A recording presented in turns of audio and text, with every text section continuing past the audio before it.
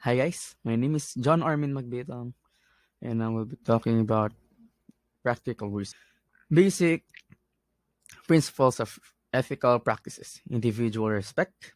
Respect for people includes at least two ethical principles. First, that should be treated as autonomous agents, and second, that people with less autonomy should nevertheless be protected. As a result, the moral necessity to recognize autonomy and the requirement to safeguard those reduced autonomy can be seen as two different moral obligations that make up the principle of respect for persons. Beneficence. People are treated ethically when their decisions are respected. They are shielded from damage and efforts are made to ensure their well being. Such treatment is covered by the beneficence principle. In order to express beneficent activities in this matter,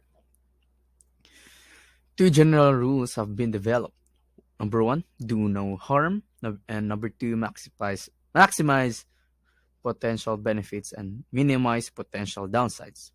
The various claims covered by the beneficence principle may clash and present challenging decisions as with other complex situations. Number three, justice. We should gain from research and shoulder its cost. An injustice happens when a benefit to which a person is entitled is withheld without justification or when some hardship is imposed unnecessarily. This is a question of justice. In the sense of fairness in distribution or what is earned. Equal treatment for all is another way to think of justice as a universal standard. 25 Ethical Guidelines by Roy 2005. Guideline number 1. An ethical writer always acknowledges the contributions of others to his or her work. Guideline number 2. Any verbatim text taken from another source must be enclosed in quotation marks and be accompanied by a citation to indicate its origin. Guideline number 3. When we summarize others' work, we use our own words to condense and convey others' contributions in a shorter version of the original. Guideline number 4. When paraphrasing others' work, not only must we use our own words, but we must also use our own syntactical structure. Guideline number 5. Whether we are paraphrasing or summarizing, we must always identify the source of our information. Guideline number 6. When paraphrasing and or summarizing others' work, we must ensure that we are reproducing the exact meaning of other authors' ideas or facts, that we are doing so using our own words and sentence structure. Guideline number 7. In order to be able to make the types of substantial modifications to the original text that result in a proper paraphrase, one must have a thorough command of the language and a good understanding of the ideas and terminology being used. Guideline number 8. When in doubt as to whether a concept or fact is common knowledge, provide a citation. Guideline number 9. Authors of complex studies should heed the advice previously put forth by Angel and Relman, 1989. If the results of a single complex study are best represented as a cohesive single whole, they should not be partitioned into individual papers. 20. Furthermore, if there is any doubt as to whether a paper submitted for publication represents fragmented data, authors should enclose other papers, published or unpublished, that might be part of the paper under consideration. Guideline number 10. Authors who submit a manuscript for publication containing previously disseminated product data, reviews, conclusion, and etc. must clearly indicate to the editors and readers the nature of the previous dissemination The provenance of data must never be in doubt. Guideline number 11. While there are some situations where text recycling is an acceptable practice, it may not be so in other situations. Authors are urged to adhere to the spirit of ethical writing and avoid reusing their own previously published text, unless it is done in a manner that alerts readers about their use or one that is consistent with standard scholarly conventions. Guideline 12. In the domain of conferences and similar audiovisual presentation of their work, authors should practice the same principles of transparency with their audiences.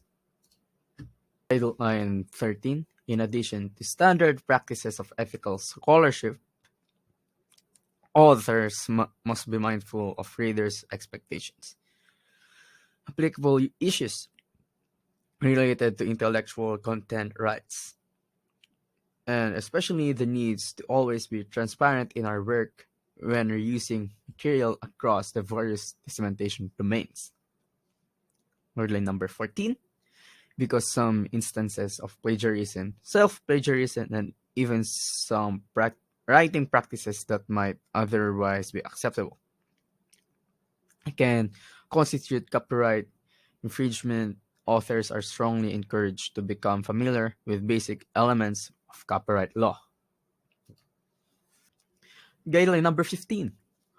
Authors are strongly urged to double-check their citations. Specifically, authors should always ensure that each reference notation appearing in the body of the manuscript corresponds to the correct citations listed in the reference section and vice versa, and that each source listed in the reference section has been cited at some point in the manuscript. In addition, authors should also ensure that all elements of a citation are derived directly from the original paper, rather than from a citation that appears on a secondary source. Finally, when appropriate, authors should ensure that credit is given to those authors who first reported that phenomenon being studied. Guideline number 16. The reference used in a paper should only be those that are directly related to its contents. The intentional inclusion of references of questionable relevance for purposes such as manipulating a journal's or a paper's impact factor or a paper's chances of acceptance is an acceptable practice. 17. Always cite the actual work that is consulted. When the published paper cannot be obtained, cite the specific version of the material being used, whether it is conference, presentation, abstract, or an unpublished manuscript. Ensure that the cited work has not been subsequently corrected or retracted. 18. Generally, when describing others' work, do not cite an original paper if you are only relying on a secondary summary of the paper. Doing so is a deceptive practice, reflects poor scholarly standards, and can lead to flawed description of the work described. Guideline number 19. If an author must rely on a secondary source to describe the context of a primary source, he or she should consult writing manuals using their discipline to follow the proper convention to do so. Above all, always indicate to the reader the actual source of the information being reported. 20.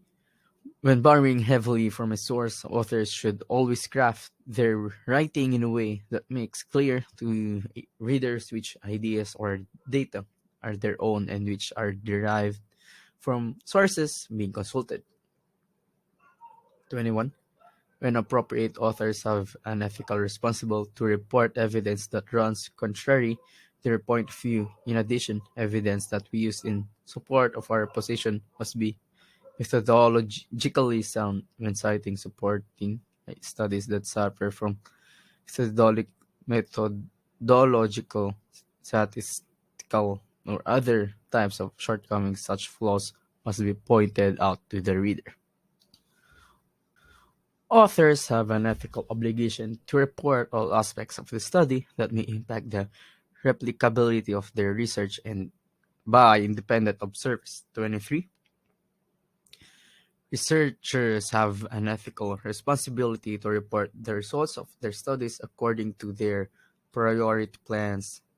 Any post to see manipulations that may alter the results initially obtained, such as the eliminations of outliners or the use of alternative statistical techniques, must be clearly described along with an acceptable rationale for using such techniques.